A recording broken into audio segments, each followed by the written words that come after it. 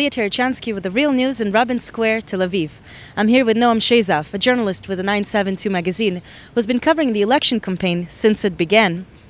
Noam, this week there's been an interesting development with a new party sort of propelling itself to power. It's actually the most interesting development we've seen in this election cycle, and now they're on the verge of doubling their current representation. And there's another tiny, even more radical fraction of settler that going between 2 and 3. So we definitely look in prospect with the settlers outside the Likud will be represented, will be twice as powerful as they are in the current Knesset. The two main people representing these two parties are Naftali Bennett of Habayit HaYehudi and Michael Ben-Ari of Otzma Yisrael. Can you talk about these two individuals?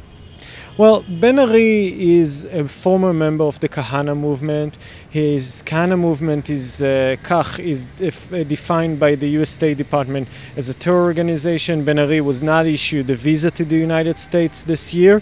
So this is really the fringes of the fringes, a radical force, very racist, very opposed to any kind of negotiation. And they're a very small party. They're hoping for between 2 and 3 seats in the next Knesset. Bennett, on the other hand, is the respectable face of the settler movement, and he's a former chief of staff for Netanyahu. They broke up with each other rather angrily, and now he's presenting himself as the right's alternative to Netanyahu.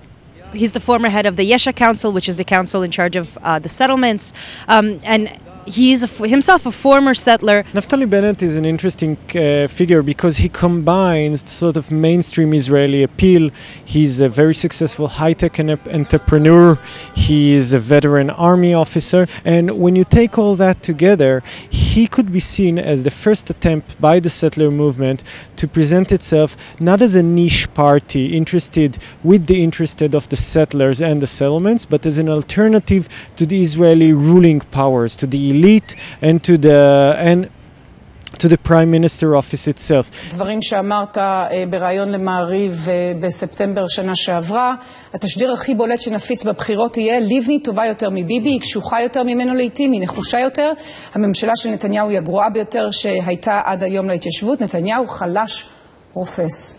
תראי, זה אמרת לשם ירושלים. הקונטקסט, בואי, צריך להסתכל על הקונטקסט. נתניהו הכריז על מדינה פלסטינית, הקפיא את הבנייה, ניגש למלאכת הרס והרס עוד יישוב ועוד יישוב. כן, וזה חרה מאוד.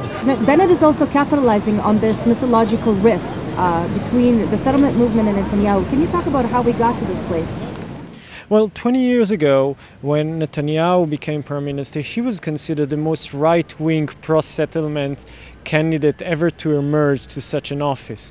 Right now, he's considered by many in the right as a moderate. This is not so much a change in Netanyahu's ideology, but a sort of the result of his position as prime minister, the international pressure, the need to form a unified and coherent policy that will represent the interest of the entire state.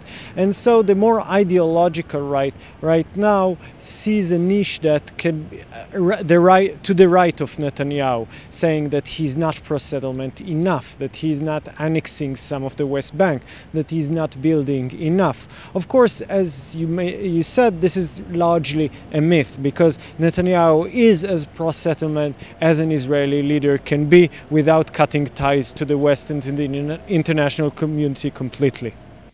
Before winning the primaries of the Habayit HaYehudi party, Naftali Bennett presented his plan of how he thinks the conflict should be managed back in June at the presidential conference. The Arab-Israeli conflict cannot be solved. That's the bad news. So we can't solve it.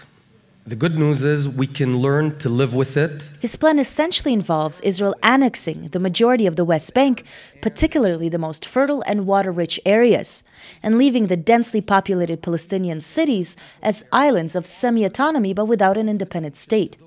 These islands will then be connected with a system of bypass roads and tunnels.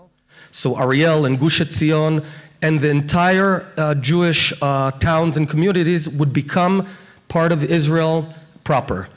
In the Palestinian-controlled areas, they have an autonomy.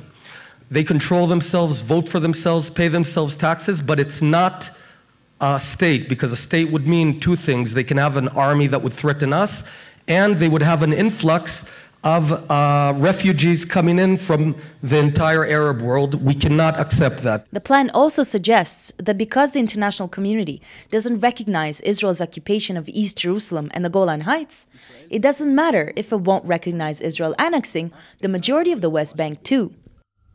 ומה יגיד העולם?